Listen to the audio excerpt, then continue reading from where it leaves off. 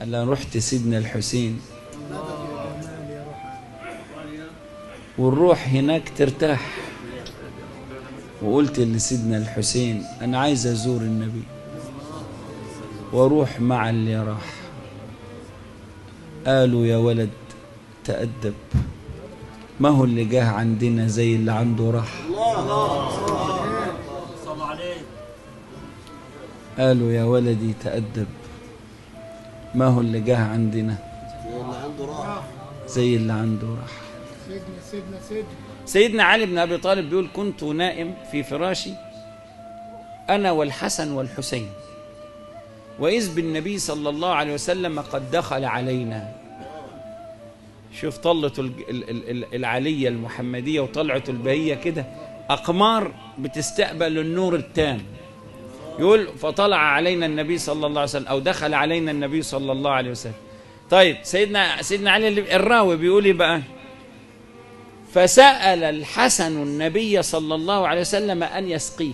أعتقد إن ده دلال يا جماعة، مش ما يقوم يشرب عادي، لكن هو عايز يشرب من كف سيدنا النبي، عايز سند السقيا.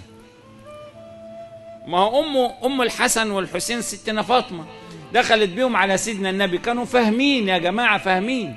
تقول له يا رسول الله هذا الحسن والحسين ورثهما شيئا.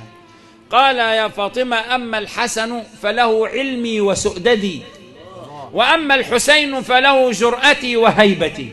هي المعاني بتتعطي كده يا أولاد. وجاء ليسقي الحسن، فهو بيمر عليهم كده، راح قام سيدنا الحسين قال يا رسول الله اسقني، فأشار النبي إليه أن بعد الحسن، يعني قال له استنى لما اسقي أخوك.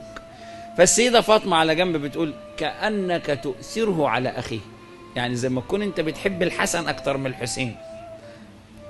فيقوم النبي يعلمنا في شخصها الكريم درس مهم جدا. يقول لها ايه بقى؟ لا بل هو سألني أولا.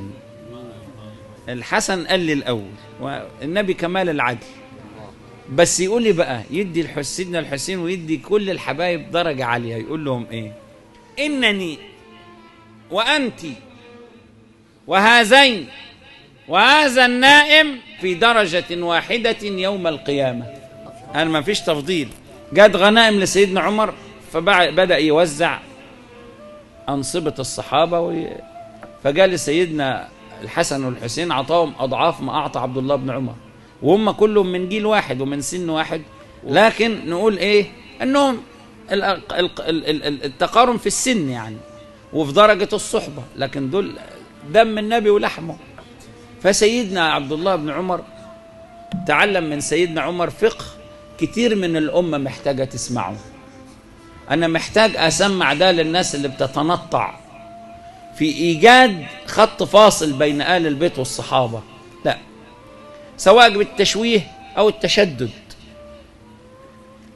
سواء بالغلو أو المغالاة. قال له إيه بقى؟ قال له يا أبي لما لم تسوني بحسن وحسين؟ انت ليه ما اديتنيش زيهم؟ قال يا ولدي اذهب واتني بأب مثل أبيهما.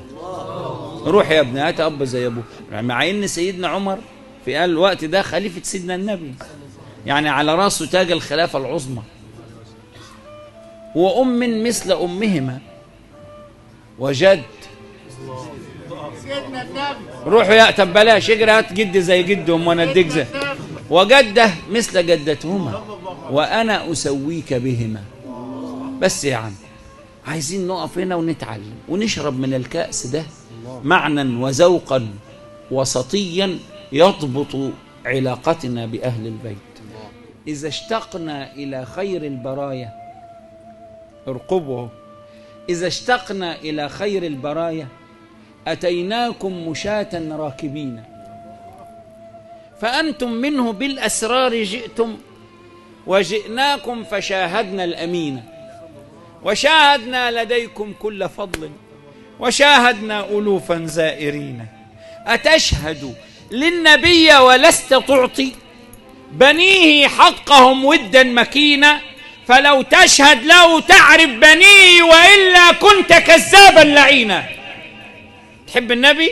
أيوة تعرف ولاده وتحب ولاده، وإلا كنت كذابا لعينا.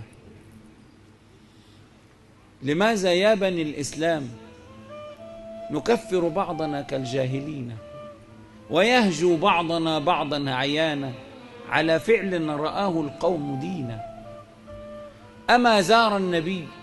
أما زار البقيع وكان يدعو رسول الله بين المقبرين؟ وما كنا عن الزوار صما، احنا مش رايحين نزور حجارة.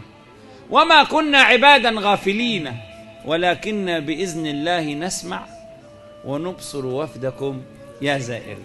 أراد الله سبحانه وتعالى أن يزين مصر بهذه الدرة المباركة من آل بيت رسول الله صلى الله عليه وسلم، ومصر الأمينة المأمونة المؤتمنة الكنانة، وأن يزار النبي منجليا في سيدنا الحسين هنا في مصر، ويزار النبي ويزار الحسن منطويا في رسول الله في المدينة.